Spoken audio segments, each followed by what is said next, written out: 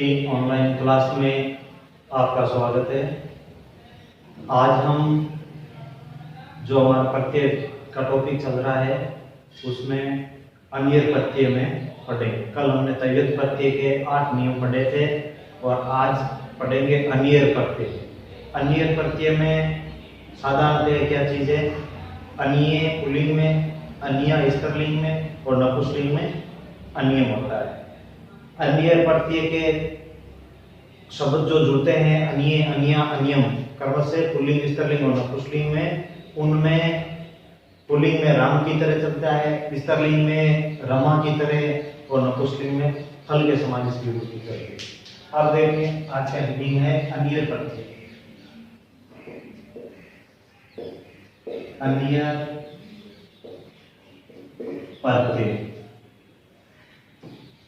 अनियर प्रत्यय में जो शब्द शेष रह रहे हैं पुल्लिंग में अनिय, स्त्रीलिंग अनिया, नपुंसकलिंग अनियम, अनिय, अनिया, अनियम क्रम से पुल्लिंग, स्त्रीलिंग और नपुंसकलिंग।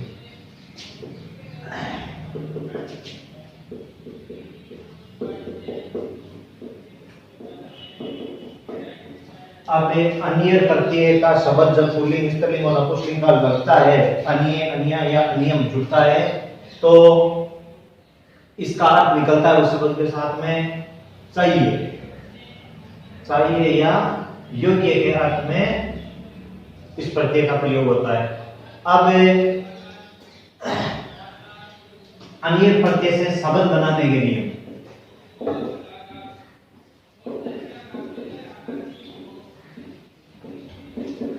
शब्द बनाते हैं तो कहां कहां पर चेंजिंग होता है। अनियर प्रत्यय मुख्य रूप से एक ही नियम काम करता है कि धातु के अंतिम में यदि ई, उ और री होता है तो ई, उ, री का क्रम से यानी ई का ए, उ का ओ और री का अर हो जाता है। तो नियम धातु के अंतिम ई,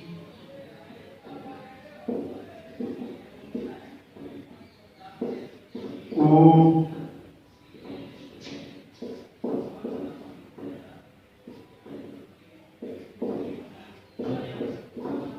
री का, धातु के अंतिम ई, उ, री का ए, ओ, अर हो जाता है।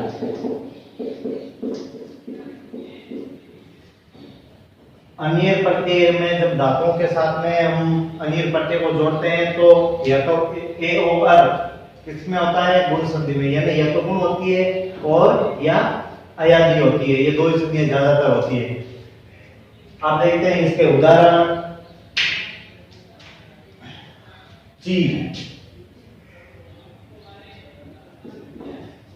ची प्लस से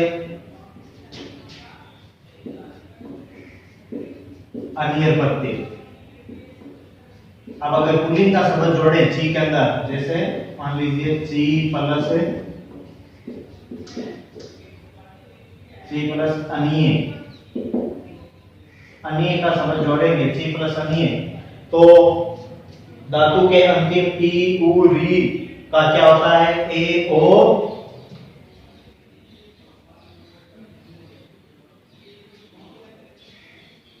ई, उ, री का ए, ओ, अर हो जाता है। तथा साथ में तथा अयादी संधि हो जाती है। बाद में इसके अंदर होती है अयादी संधि होती है। ई, उ, री का ए, ओ, अर होकर के अयादी संधि हो जाती है। अब ची के अंदर ई का क्या हो गया? ए हो गया चे और ई का हो गया ए, चे प्लस अनिय। समझने के लिए अब मैंने अलग अलग लिखे हैं। ई का ए हो गया तो ये तो इसके साथ में जुड़ गया चे प्लस अनिय। अब देखो अयादी संधि में हमने पढ़ा था ए आई ओ औ के बाद में कोई असमान स्वर आए तो ए आई ओ औ का क्या हो जाएगा, ए आई औ आओ। तो देखो मैं यहीं तक लिख रहा हूं, ए आई ओ औ। इसके बाद में कोई असमान स्वर आएगा तो ए आई का आई, ओ का औ और औ का आओ हो जाता है। तो पहले तो नियम क्या है, यदि अनियर प्रत्यय से पहले ई, उ और री हो तो ए ओ अर हो जाता है, यानी ई का ए, उ का ओ और री का अर हो जाता है। और इसके बाद में हो जाती है अयादि संधि। अयादि क्यों होगी, क्योंकि अगर ई की जगह पर क्या हो जाएगा, ए हो जाएगा, तो ए के बाद में अनिय, अनिया, अनियम यानी असमान स्वर आएगा, चाहे पुल्लिंग स्त्रीलिंग नपुंसकलिंग कोई भी हो।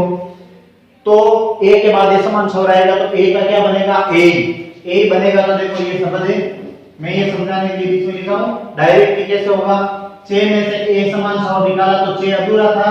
अब इसमें ए, चे और ए के बाद में ए समान स्वर आएगा, ए का बन क्या रहा है, ए बन रहा है तो हो जाएगा चे। और अब चे अधूरा है, इसमें से ए घटाया तो, और ये ए और ये ए दोनों मिलकर किसकी मात्रा लगा दी, ए की। ए तो ये चे पूरा हो गया और ये अधूरा है, ये में अनिय वाला ए जुड़ा तो ये हो गया पूरा और पीछे रह गया निये, तो नाम हो गया चेनी। कैसे हुआ,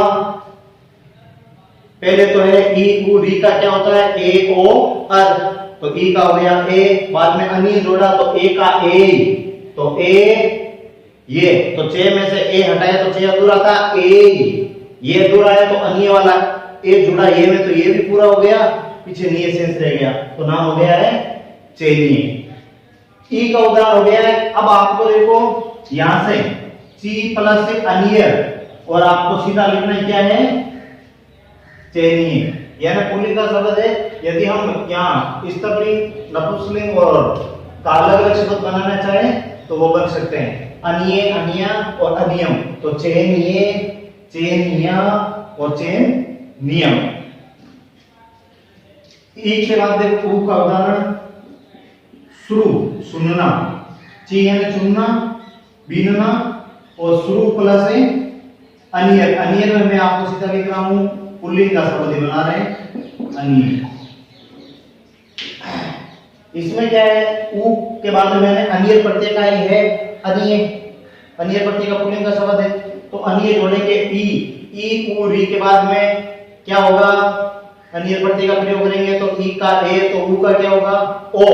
तो देखो सरे तो है और उसकी मात्रा जोड़ी तो क्या होना चाहिए, ओ क्या बाद में ए समान स्वर आएगा तो ओ का क्या बनेगा, औ में वे तो सरे तो ए जुड़ा तो पूरा हो गया, वे अधूरा था, अब वे को किसके ए जुड़ा तो पूरा हो गया, और नाम क्या बन गया, सर्वणी, ये नाम हो गया सर्वणीय। साधारण समझ में आ गया। अब मैंने आपको बताया था नाम ये सही नहीं है, क्यों नहीं है इसका कारण मैंने आपको बताया, जिसके अंदर किसकी आवाज निकलती है, रे की मात्रा, जिसमें रे होता है उसमें क्या नहीं होता है, ने नहीं होता। उस शब्द में रे वाले नाम में ने नहीं होता है, उसमें होता है ने की जगह पर हणे। तो यहां पर नाम होगा सरे वे हणिये, यानी जिस शब्द के अंदर रे होता है उसमें अनिय, अनिया, अनियम नहीं होगा, उसमें अनिय, अनिया, अनियम होगा, हणे की मात्रा निकलेगी। तो इसमें क्या हो जाएगा, ये नाम होगा सर्वे णी, ये सर्वणीय, क्या होगा, सर्वणीय होगा।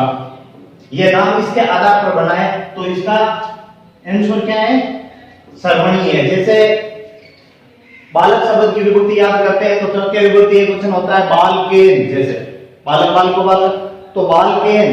लेकिन राम की विभूति याद करेंगे तो राम में क्या होगा, रामेण होगा, क्योंकि उसके अंदर किसकी आवाज आ रही है, रे की आवाज आ रही है। जिसके अंदर रे की आवाज आती है यानी रे होता है, उसमें ने नहीं होता है। तो इसमें रे है ना, शुरू शुरू है ना, सुनना, रे की मात्रा है, इसलिए इसमें क्या नहीं आया है, सर्वनीय, नीय नहीं होगा, अणीय होगा, सर्वनीय। कोई भी धातु हो, ये ध्यान रखना है। ई का उदाहरण हो गया, ऊ का हो गया, ई ऊ री के बाद हमको ये समान, या आप इनका देखना चाहिए कि रूल में सीधा ही हो रहा है, जैसे भू प्लस अनिय, इसमें मैं पुल्लिंग का शब्द बना देता हूं अनिय। अब भू है, इसमें रे की मात्रा नहीं है, इसमें ये तो रे वाला है भू, अगर रे की मात्रा नहीं है तो इसमें देखो पहले तो ऊ का क्या होगा, ओ के बाद में समान स्वर रहेगा, ओ का होगा औ, औ, ये जुड़ गया भवनीय, नाम हो गया भवनीय। भवनीय नाम कैसे बनाए, बे के अंदर ऊ की मात्रा है, ऊ के बाद में ऊ का होता है ओ हो गया, ओ के बाद में ये समान स्वर आएंगे तो अयादी संधि के अनुसार ओ का होता है औ। तो बे ओ, बे अधूरा था, ओ निकाला तो बे पूरा हो गया, औ वाले ए से, और वे अधूरा है, आगे अनीय वाले में से ए में से वे भी पूरा हो गया, तो हो गया भवनीय। ये तो मैंने रे का बताया है, रे था इसलिए अणीय का प्रयोग होता है, वे नी का प्रयोग नहीं होता इसलिए। तो ई का हो गया है, ऊ का हो गया है, री, री का उदाहरण क्री, क्री का अर्थ होता है करना, अनियर प्रत्यय का प्रयोग करना है, क्री यानी करना। अब देखो के के अंदर किसकी मात्रा है, रे की मात्रा है, तो री का क्या होगा, के अधूरा हो गया मैंने, और री का क्या बनता है, अर, री का ई ऊ, री का क्या बनता है, ए ओ अर, तो री का अर बन गया। और आगे मान लीजिए हम पुल्लिंग का शब्द जोड़ रहे हैं अनीय, अनीय का उदाहरण लिख रहे हैं, अनीय का लिखेंगे। अब के अधूरा था, ए में जोड़ा तो के तो हो गया पूरा, रे, रे के अंदर रे जोड़ा तो रे भी क्या हो गया पूरा।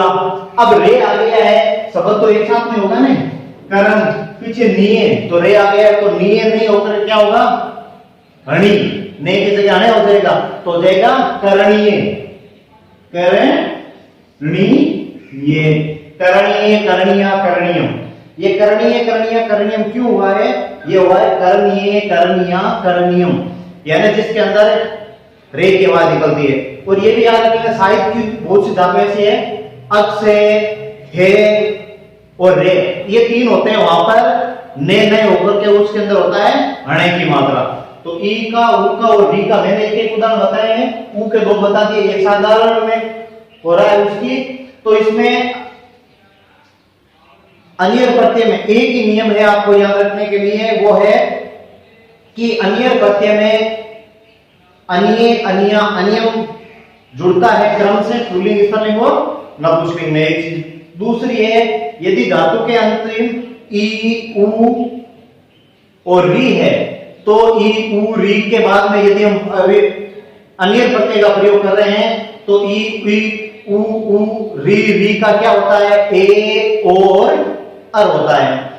तो ए ओ अर, और ए ओ अर होने के बाद में ये बताया ए ओ अर, यानी ए और ओ होगा, अर होगा तो वो तो साथ में जुड़ेगा ही, ए ओ और अर होगा तो अयादी संधि होती है, ए आई ओ औ के बाद कोई समान स्वर आए तो ए आई ओ औ का क्रम से ए आई औ आ हो जाता है। तो पहले ये एक ही नियम है, इसको याद रखना है साधारण भाषा में कि ई ऊ री के बाद में अनियर प्रत्यय का यदि हम प्रयोग करते हैं तो उनका ए ओ अर हो जाता है, बाद में इसके अंदर अयादी संधि हो जाती है, यानी आई आई औ आ हो जाता है, जो मैंने ऊपर लिखा है बाद में। तो ये है हमारा आज का अनियर प्रत्यय। अभी तक हमने पढ़े हैं तव्यत प्रत्यय और अनियर प्रत्यय। तव्यत प्रत्यय में सबसे ज्यादा नियम लगते हैं और 9 नियम है, 8 और 9 दो एक्स्ट्रा नियम है, 9 नियम है और इसमें एक ही नियम है, तो आपको ये चीज याद करनी है। अब प्रत्यय के ई ऊ री के 5-5 उदाहरण कॉपी के अंदर टेकल करने हैं। अधिकतर की कॉपियां चेक हुई है, जिनकी कॉपियां चेक नहीं है उनकी जल्दी कॉपियां चेक हो जाएगी। अब आपको इस बात का ध्यान रखना है कि इनके उदाहरण आपको कॉपी में करने हैं। अनियर हो गया है और तव्यत 2 प्रत्यय हो गए। अब इससे आगे वाला प्रत्यय है तीसरे नंबर पर सैकड़ी या सानच।